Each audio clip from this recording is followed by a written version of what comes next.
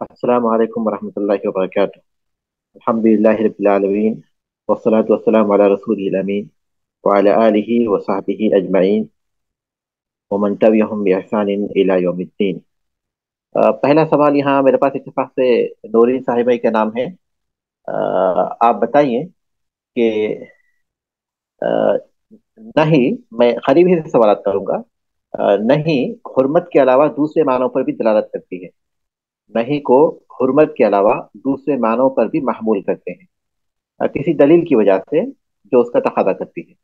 تو وہ کون سے معنی ہیں؟ اس میں سے کوئی ایک معنی بتائیے جس پر نہیں دلالت کرتی ہے، جس معنی پر دلالت کرتی ہے ان معنوں میں سے کوئی ایک معنی بتائیے۔ حرمت کے علاوہ اور کون سے معنی ہیں جس پر نہیں دلالت کرتی ہے؟ وہ جو معنی ہیں ان میں سے کوئی ایک معنی بتائیے۔ شیخ جس طرح نہیں یعنی طلب سے روکنے کا، اور جی، نہیں جو ہے طلب سے روکنے ہی کو کہتے ہیں۔ یہ نہیں کی تعریف ہوا، لیکن وہ نہیں کس چیز کا تقاضا کرتی ہے؟ حرمت کا تقاضا کرتی ہے، اور وہ حرمت پر دلالت کرتی ہے، لیکن کبھی کبھی حرمت کے علاوہ وہ دوسرے معنوں پر بھی دلالت کرتی ہے کسی دلیل کی وجہ سے۔ تو وہ معنی کون سے ہیں؟ اس میں سے کوئی ایک معنی بتائیے۔ جی، صرف 60 سیکنڈ کا ہم لوگ وقت رکھیں گے، اس کے بعد دوسرے بتا سکتے ہیں۔ کوئی دوسرے بتا سکتے ہیں؟ شیخ وہ جس طرح وہ تو کراہت اور ارشاد والا. ہاں، کراہت اور ارشاد وہی سوال ہے نا۔ نہیں حرمت کے علاوہ دوسرے معنی پر بھی دلالت کرتی ہے کسی دلیل کی وجہ سے جو اس کا تقاضا کرتا ہے۔ تو جی دلیل جس کی تقاضا کرتی ہے اس کے اعتبار سے تو وہ دو معنوں پر دلالت کرتی ہے، اس میں سے کوئی ایک پوچھا تھا میں، اور وہ دو معنی ہیں کراہت اور حرمت۔ جی کبھی کراہت. کسی چیز سے کبھی کسی چیز سے نہیں ہوتی ہے، لیکن وہ چیز حرام نہیں ہوتی بلکہ مکروہ ہوتی ہے۔ مکروہ. اور اسی طرح اس میں نہیں ضرور ہوتی ہے، لیکن اس میں ارشاد اور نصیحت ہوتا ہے، اس میں کچھ نصیحت ہوتی ہے، وہ مقصود ہوتا ہے۔ اور اس کی مثالیں ہم لوگ پڑھ چکے ہیں جی کہ وہ کیسے اور کس معنی میں دلالت کرتی ہے۔ جی اس کے بعد کا سوال میرے پاس یہاں لکھا ہوا ہے فرحین راہی سے۔ فرحین راہی سے میرا سوال ہے، آپ بتائیں کہ نہیں صيغۃ النہی، نہیں کا جو صیغہ ہے لا تفعل، لا تجلس، یہ جو ہے یہ جب مطلق ہوتا ہے اس میں کوئی قید نہیں ہوتی تو وہ کس چیز کا تقاضا کرتا ہے؟ شیخ وجوب کا. نہیں نہیں، امر نہیں، امر کا ذکر نہیں کر رہا ہوں میں، نہیں کا ذکر کر رہا ہوں نا۔ نہیں کا صیغہ جب مطلق ہوتا ہے تو وہ کس تو چیز کا تقاضا کرتا کسی چیز سے رکنے کا استاذ. ہے؟ وہ تو تعریف ہوئی، وہ تو تعریف ہوئی، کسی چیز سے رکنا تو تعریف ہوئی۔ ہم پوچھ رہے ہیں کہ تقاضا کیا ہوتا ہے حرام کا. اس کا تقاضا ہوتا ہے کہ حرام جس اور چیز سے منع فاسق. کیا گیا ہے وہ حرام ہے۔ ہاں، وہ اس کی حرمت کا تقاضا کرتا ہے، اس کے فساد کا تقاضا کرتا ہے، اس کے حرمت اور اس کے فساد کا تقاضا کرتا ہے۔ کسی چیز سے نہیں ہے، کسی چیز سے منع کیا گیا ہے، تو یہ جو یہ جو صیغہ ہے وہ اس کی حرمت اور فساد کا تقاضا کرتا ہے۔ ہم لوگ اس کو ما تقتضیہ صیغۃ النہی میں پڑھ چکے ہیں۔ ما تقتضیہ صیغۃ النہی میں یہ بات جو ہے گزر چکی ہے۔ ٹھیک ہے، اس کے بعد میرے پاس نام ہے غلام مصطفیٰ صاحب۔ آپ بتائیں، نہیں کی تعریف بتائیں آپ۔ نہیں شیخ صاحب، روکنے کو، کسی چیز کو منع کرنے کو. نہیں کی تعریف اصطلاحی تعریف بتائیں، نہیں کے لفظی معنی نہیں، بلکہ نہیں کی جو تعریف ہے اصطلاح میں کسے کہتے ہیں نہیں، اس کے معنی بتائیں، اس تعریف بتائیں باقاعدہ۔ کسی چیز، کسی کام سے باز آ جانے کو. نہیں کی تعریف، نہیں کی تعریف کوئی بتا سکتے ہیں؟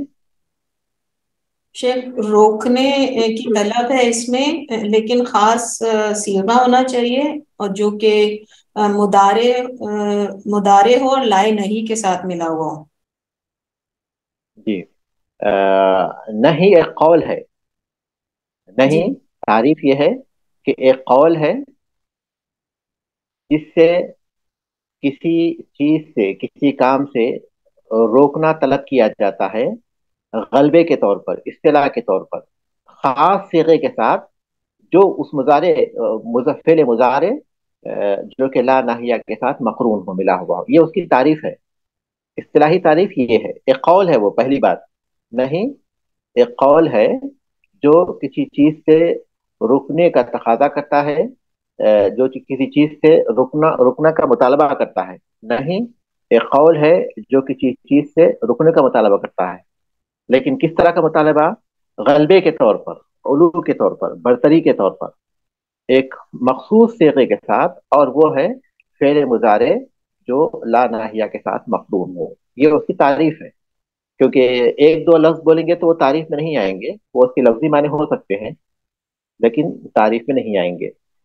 ٹھیک ہے، اگر کوئی معمور ہے، وہ کام ہے جس کے کرنے کا حکم دیا گیا ہے، کامران صاحب آپ سے میں سوال کر رہا ہوں جی کہ شیخ۔ اگر وہ کوئی فعل معمور ہے، وہ کام جس کے کرنے کا حکم دیا گیا ہے، اس کا کرنا کسی دوسرے فعل معمور آ، آ، دوسرے فعل معمور پر ہے، تو اب یہ دوسرے فعل معمور کا حکم کیا ہوگا؟ ایک کام جی جی، ایک بار پھر سر ریپیٹ کیجیے، مجھے سمجھ آ رہی ہے، ایک بار پھر ریپیٹ کیجیے، میں جواب دیتا ہوں۔ کوئی کام ہے جس کے جی کرنے جس کے جس کے کرنے کا حکم دیا گیا ہے، ٹھیک ہے، جی اور جی وہ جی جو کام حکم دیا گیا ہے وہ موقوف ہے کسی دوسرے کام کے کرنے پر، تو اب یہ دوسرا کام جس پر موقوف ہے، وہ پہلا کام جس کا حکم دیا گیا ہے، اس کو شیخ شرط کہیں گے، جیسے وضو ہے نماز کے لیے، جی، تو اس کا حکم صحیح کیا ہے، ہے؟ اس کا حکم شرط ہے، یعنی وہ کرنا ہے تو دوسرا ہوگا، وہ نہیں کریں گے تو دوسرا بھی نہیں ہوگا۔ یہ اصطلاحی جواب نہیں ہوا، اگرچہ کہ آپ نے جو ہے صحیح طور پر سوال کو سمجھا اور صحیح جواب دیا، لیکن یہ بالکل کریکٹ الفاظ کا جواب نہیں، پھر بالکل وہ بھی مناسب الفاظ۔ معمور ہوگا، عمل اگر بھی معمور ہے۔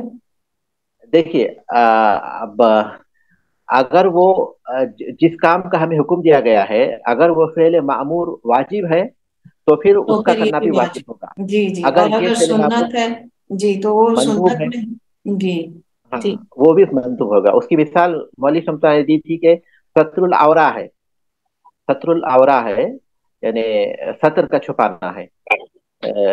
اگر اس کا حکم دیا گیا ہے ہم کو، ستر العورا کا حکم دیا گیا ہے کیونکہ نماز میں واجب ہے، نماز کی شرطوں میں سے ہے، لیکن ستر العورا اگر کپڑے کے خریدنے پر موقوف ہے، بغیر خریدے کہ ہم کو کپڑا نہیں مل سکتا، تو پھر اب یہ جو کپڑا خریدنا ہے یہ بھی کیا ہو گیا، ہم کو واجب ہو گیا، کیونکہ ستر واجب العورا ہو واجب ہے، تو یہ کپڑا خریدنا بھی کیا گیا، ہو گیا، واجب ہو گیا۔ واجب ہو اب گیا۔ اب اسی طرح ہمیں جمعہ کے دن خوشبو لگانے کا حکم دیا گیا۔ اب یہ خوشبو لگانے ہم کو جو ہے خریدنے پر موقوف ہو، تو اب یہ جو خوشبو خریدنا ہو گیا، اس کا حکم کیا ہوا؟ مندوب، مستحب۔ مستحب، مستحب ہو گیا، خوشبو کیونکہ لگانا بھی اصل جو مستحب ہے۔ اصل جس چیز جی کا حکم دیا گیا ہے، اس کا جو حکم ہوگا، جس پر وہ موقوف ہے، اس کا حکم بھی وہی ہوگا۔ اصل وہی جس چیز کا ہوگا۔ حکم دیا گیا ہے اگر وہ واجب ہے، تو اس کا مطلب یہ کہ مثال کے طور پر ہم کو جو ہے نماز کے لیے وضو کا حکم ہے، اور پانی ہم کو جی بغیر خریدے کے نہیں مل سکتا ہو، تو ایسی صورت میں چونکہ وضو جو ہے نماز کے لیے شرط ہے، تو پھر یہ بھی کیا ہو جائے گا، پانی کو خریدنا وضو کے لیے واجب شرط ہو جائے گا۔ واجب ہو یہ بھی جائے۔ واجب ہو جائے گا۔ تو اصل جو اس کا ہمیں حکم دیا گیا ہے، وہ اس کا جو حکم ہوگا وہی حکم اس کا بھی ہوگا جس پر وہ موقوف ہے۔ موقوف ہے، جی جی سر۔ ٹھیک ہے، امر کے سلسلے میں مولوی رحمۃ اللہ علیہ نے اس بات کا ذکر کیا تھا کہ امر کا صیغہ کس چیز کا تقاضا کرتا ہے، ہم اس سے پہلے سن چکے تھے۔ اب جو سوال ہے اسما امین صاحبہ سے، آپ بتائیں کہ امر کا صیغہ کس چیز کا تقاضا کرتا ہے؟ جب وہ مطلق ہوگا، اس میں کوئی قید وغیرہ نہیں ہوگی، تو اس وقت کس چیز طلب کا تقاضا الفعل، کرے گا؟ طلب ہاں، الفعل على وجه الاستعلاء یہ مثلا۔ تعریف آپ دیکھیے، یہ آپ تعریف بیان کر رہی ہیں، تعریف نہیں ہے۔ اس اب وہ کے اس کے کرنے ٹھیک ہے، طلب الفعلی یہ اجب علی وجہ الاستعلاء، طلب اور الفعلی اس اجب علی وجہ الاستعلاء آپ نے مطلب کہا، ٹھیک ہے. تو یہ اب اس میں جو ہے تقاضا کیا ہوا، یہ کسی فوراً کام کے کرنے کا، فوراً فوراً اس کو کرنے کا. جس سے سوال کیا گیا وہی جواب دیجیے. جب وقت ہو جائے گا تو اس کے بعد پھر دوسرے جواب دے سکتے ہیں. جب 30 سیکنڈ ہو جاتے ہیں تو دوسرے جواب دے سکتے ہیں آدھا منٹ کے بعد. ہاں، تو کس چیز کا تقاضا کرتا ہے؟ اس کے وجوب کا ہاں، جس کو چیز کرنا. کا حکم دیا گیا ہے اس کے وجوب کا، جی، اور اور اس فوری کو طور فوراً پر، کر جی اس ہاں کو اسے فوری طور پر کرنے کا. فوری طور پر اس کی طرف پیش قدمی کرنے کا. اس کے وجوب کا تقاضا کرتا ہے اور فوری طور پر اس کی طرف پیش قدمی، یہ تقاضا ہے. آپ نے جو پہلے کہا جی تھا وہ تعریف ہے، جی جی ایک تعریف ہے، اور دوسری اس کا تقاضا کیا ہوا. وہ جو تعریف ہوئی جس کو ہم نے کہا کہ امر ہے، تو پھر اس کا تقاضا کیا ہوا؟ اس کا تقاضا یہ ہے کہ وہ واجب ہو گیا. یہ وہ واجب ہے. جی شیخ میں یہ پوچھنا چاہ رہی تھی، یہ جو تقاضا کہہ رہے ہیں اس کو ہم یہ بھی کہہ سکتے ہیں کہ اس عمل طلب کا حکم کیا ہے، شرعی حکم کیا ہے، یہ بھی کہہ سکتے ہیں ہم اس کو. میں نے اپنے پاس یوں ہی لکھ کے یاد کیا ہوا نہیں کہہ سکتے ہیں، حکم کہہ سکتے ہیں اس کو. امر کا حکم کیا ہے؟ امر کا حکم وجوب ہے. لیکن حکم میں جو ہے پھر دوسری بات نہیں آئے گی، کیونکہ یہ دو چیزیں ہیں. ایک یہ کہ اس کے وجوب، اور دوسرا یہ کہ اس کو فوری. فوری طور پر اس کی طرف پیش قدمہ. تو یہ حکم میں نہیں آئے گا، حکم میں صرف وجوب آئے گا. تو حکم کے لفظ سے جو ہے اس کی آدھا جواب ہو سکتا ہے، باقی آدھا جواب رہ جائے گا.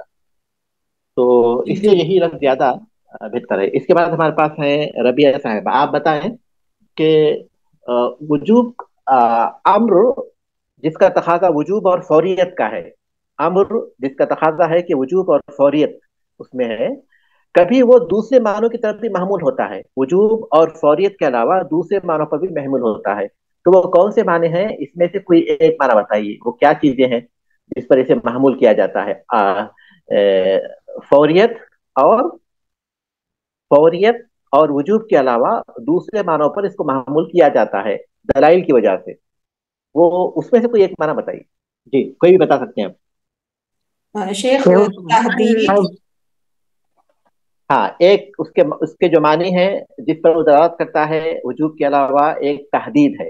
تحدید یعنی دھمکی، دھمکی، تنبیہ. اباحہ، تنبیہ، اباحت کا اباحہ اندازہ. اباحہ اور اباحت پر بھی دلالت کرتا ہے. اباحت مطلب ہے کہ اس کی جواز پر، واجب نہیں بلکہ صرف جائز ہے، اس معنی پر بھی وہ دلالت کرتا ہے. اس کی بھی دلیل ہے. اور مستحب ہونے دوسرا پر بھی، جی، مستحب ہونے مستحب ہونے پر بھی دلالت کرتا ہے، جس کو مندوب کہتے ہیں. اور اسی طرح وہ فوریت سے ہٹ کر تراخی کا بھی تقاضا کرتا ہے. فوریت کے جو تقاضا ہے اس سے ہٹ کر تراخی پہ تقاضا کرتا ہے. دیکھیں، جیسے رمضان کے روزے کی قضا ہے، تو رمضان کے روزے کی قضا ہے تو ظاہر ہے کہ واجب ہے، اور اس کا تقاضا یہ ہے کہ وہ اس کا تقاضا وجوب کا اور فوریت کا ہے، رمضان کے روزوں کی قضا. لیکن چونکہ عائشہ رضی اللہ تعالیٰ عنہا سے وہ حدیث آئی ہے جس میں وہ بتاتی ہیں کہ وہ شوال ہی میں، شعبان ہی میں رمضان کی روزے کی قضا کر سکتی تھی. تو اس کی وجہ سے وہ جو فوریت ہے اس کی تراخی پر منتقل ہو گئی کہ پھر رمضان کے روزوں کی قضا فوری ضروری نہیں ہے، بلکہ دوسرے رمضان کے آنے تک کبھی بھی اس کو کیا جا سکتا ہے. ٹھیک ہے، اب ہم لوگ اس میں اپنا سبق پڑھ لیں گے. اتنے افراد ہیں، جو افراد نہیں ہیں ان سے پھر ہم لوگ آئندہ کلاس میں سوال کریں گے انشاءاللہ. اس کے بعد آج کا سبق ہے، دیکھیے یہ جو سبق ہے وہ کون سا سبق ہے؟ پہلے آپ تھوڑا سا اوپر جائیے.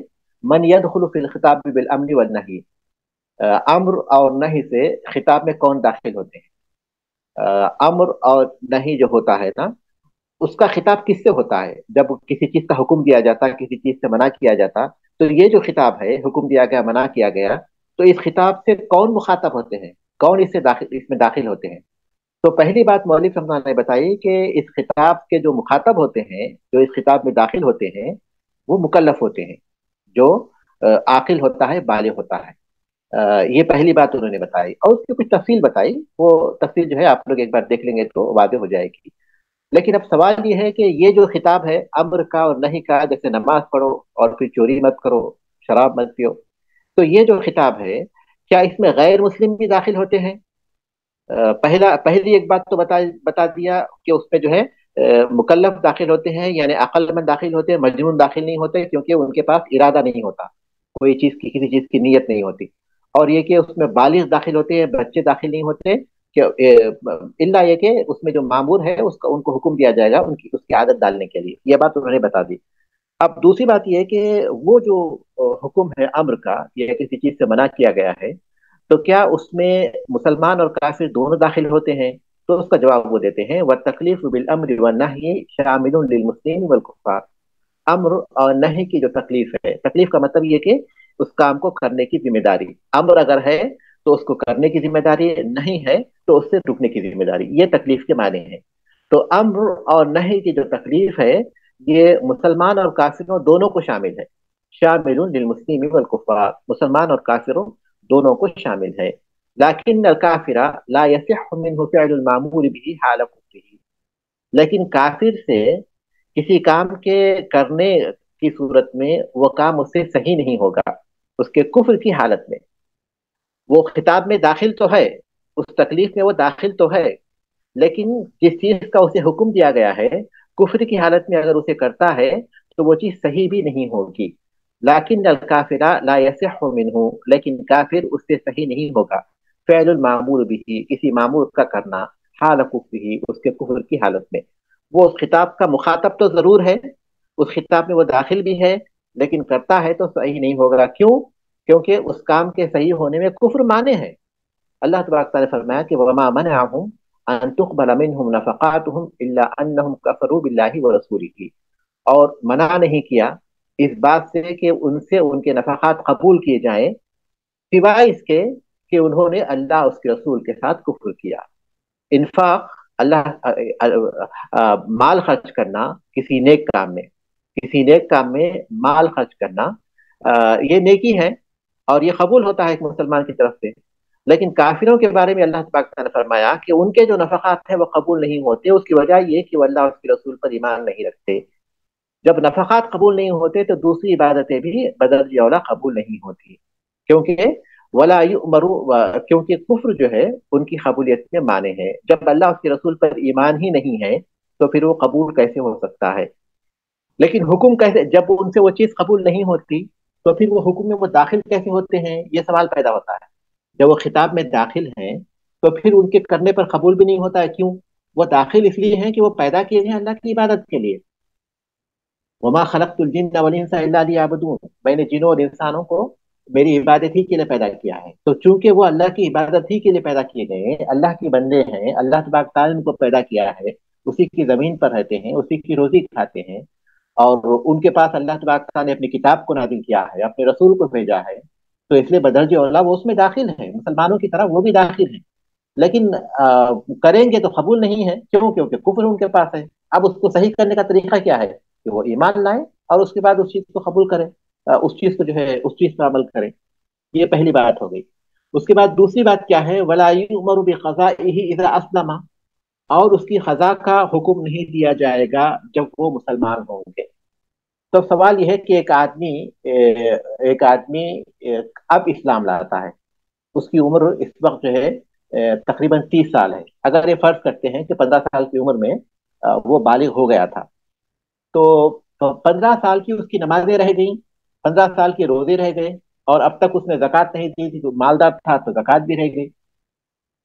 تو یہ جو 15 سال گزر چکے ہیں کفر کی حالت میں، 30 سال کی عمر میں وہ مسلمان ہوا ہے، تو کیا ان 15 سال کے روزوں اور نمازوں کی اسے قضا کا حکم دیا جائے گا، یا ان 15 سال کی زکوٰۃ نکالنے کا حکم دیا جائے گا؟